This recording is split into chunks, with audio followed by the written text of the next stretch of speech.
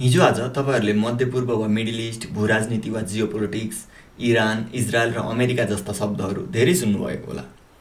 यदि इरानको अमेरिका र इजरायलसँग युद्ध भइरहेको हो भने खाडीका मुलुकहरू युएई, साउदी अरेबिया, कतार आदि देशमा किन लडाईँ भइरहेको छ र यसले नेपालमा कस्तो असर गर्छ भन्ने बारे बुझौँ। त्यसको लागि सबैभन्दा पहिले मध्यपूर्व, मिडल इस्ट र भूराजनीति, जियोपोलिटिक्सलाई छुट्टा छुट्टै बुझौँ। भूराजनीति, जियोपोलिटिक्स भनेको के हो? भूराजनीति शब्द भू र राजनीति मिलेर बनेको हो, जस्तो कि जियोपोलिटिक्स शब्द जियोग्राफीको जियो र पोलिटिक्स मिलेर बनेको हो। यहाँ भू भनेको देशको स्थान, भौगोलिक अवस्था हो भने राजनीति भनेको राज्यको नीति र अन्तर्राष्ट्रिय सम्बन्ध हो। त्यसैले भूराजनीति भन्नाले कुनै देशको स्थान, प्राकृतिक स्रोत, सिमाना, समुद्री मार्ग आदि कारणले त्यस देशको राजनीतिक निर्णय तथा अन्य देशसँगको सम्बन्धमा पार्ने प्रभावलाई बुझाउँछ। मध्यपूर्वको भूराजनीति बुझ्न पहिले केही भौगोलिक शब्दहरू बुझौँ। ओसन अर्थात् महासागर। महासागर भनेको पृथ्वीको धेरै भाग ढाकेको नुनिलो पानीको क्षेत्र हो, जस्तै पेसिफिक ओसन वा प्रशान्त महासागर, इन्डियन ओसन वा हिन्द महासागर आदि। समुद्र भनेको महासागरभन्दा सानो र प्राय जमिनले आंशिक रूपमा घेरिएको नुनिलो पानीको भाग हो, जस्तै अरेबियन सी वा अरब सागर, मेडिटेरियन सी वा भूमध्य सागर। गल्फ अर्थात् खाडी।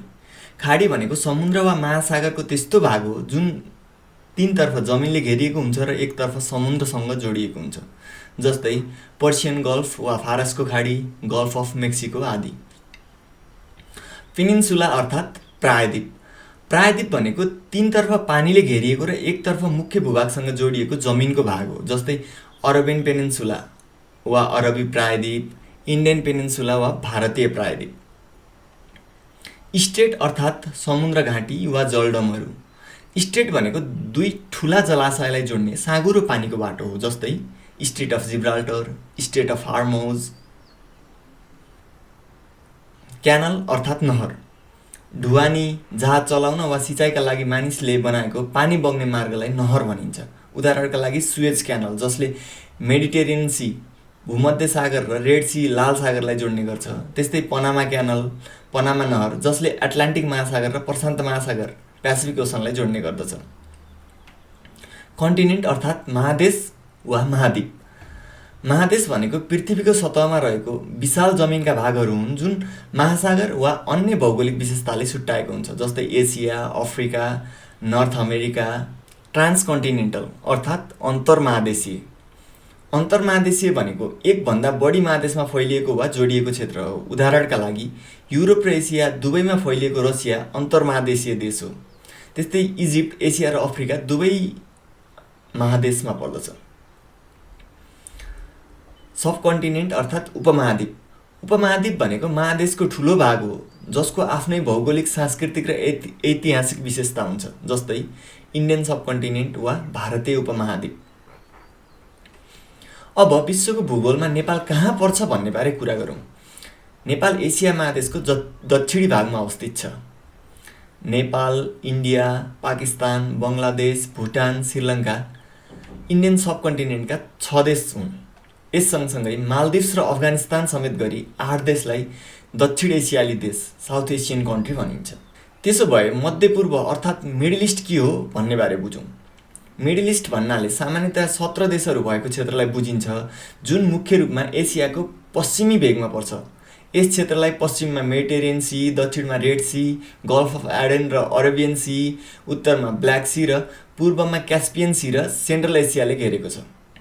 मिडल इस्टका 17 देशहरू Bahrain, Cyprus, Egypt, Iran, Iraq, Israel, Jordan, Kuwait, Lebanon, Oman, Palestine, Qatar, Saudi Arabia, Syria, Turkey, United Arab Emirates र यमन हुन्। जसमा 2 अन्तर्महादेशीय देशहरू छन्, जसमा इजिप्ट 94% अफ्रिका र बाँकी एसियामा पर्छ भने टर्की 97% एसिया र बाँकी युरोपमा पर्दछ।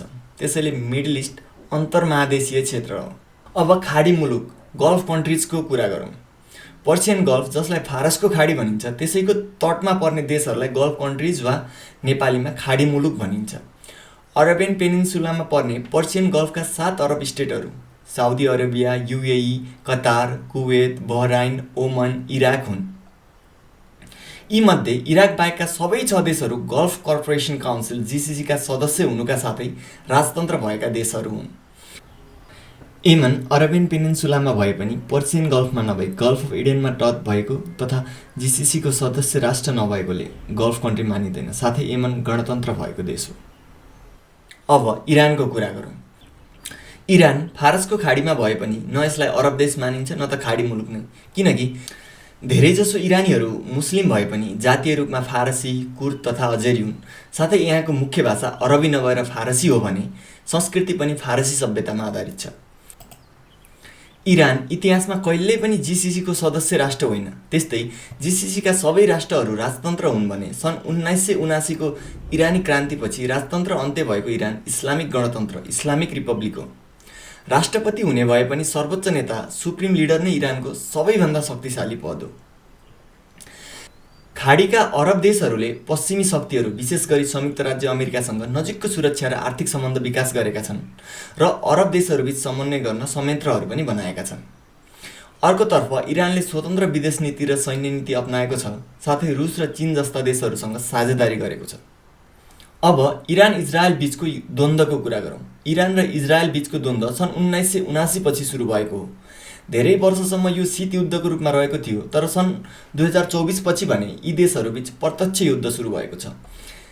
इजरायलले इरानलाई आणविक हतियार, न्युक्लियर वेपन बनाउन खोजिरहेको आरोप लगाउने गरेको छ। यसकारण इजरायल र इजरायलको सहयोगी अमेरिका इरान विरुद्ध आक्रमणमा छन्। अब सन् 2026 को घटनाको कुरा गरौँ। अमेरिका र इजरायलले सन् 2026 फेब्रुअरी 28 मा इरानको राजधानी तेहरान लगायत क्षेत्रहरूमा आक्रमण गरेर इरानी सर्वोच्च नेता आयतल्ला अली खमानी लगायत धेरै उच्च पदस्थ नेताहरूलाई मारेको छ। इजरायल, अमेरिका र इरान बीच लडाईँ भइरहेको छ भने खाडी मुलुकमा के भइरहेको छ भन्ने बारे बुझौँ। GCC का देशहरूले अमेरिकासँग आर्थिक तथा सुरक्षा सम्बन्ध बनाएका छन्, जसका आधारमा खाडी मुलुकहरूमा अमेरिकी सैनिक शिविर US मिलिटरी बेसहरू रहेको छ, जसमा अमेरिकी सैनिक तथा हात-हतियार रहेका छन्। इरानले आफूमाथि भएको आक्रमणको बदलामा बहराइन, कतार, कुवेत, UAE मा रहेका अमेरिकी सैनिक आधार शिविरहरूमा आक्रमण गरेको छ, जसले गर्दा मध्यपूर्वमा धेरैजनाको मृत्यु हुनुका साथै त्रासको वातावरण सिर्जना भएको छ। जसमध्ये हालसम्मको जानकारी अनुसार UAE मा 1 जना नेपालीको मृत्यु भएको दूतावासले पुष्टि गरिसकेको छ। त्यस्तै मध्यपूर्वको अर्को महत्त्वपूर्ण भूराजनीतिक कारण हो स्ट्रेट अफ हार्मुज।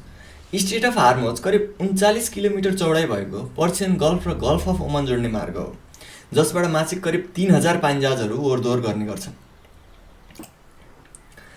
यहाँबाट हुने मुख्य व्यापारमा तेल र लिक्विफाइड नेचुरल ग्यास LNG पर्दछ।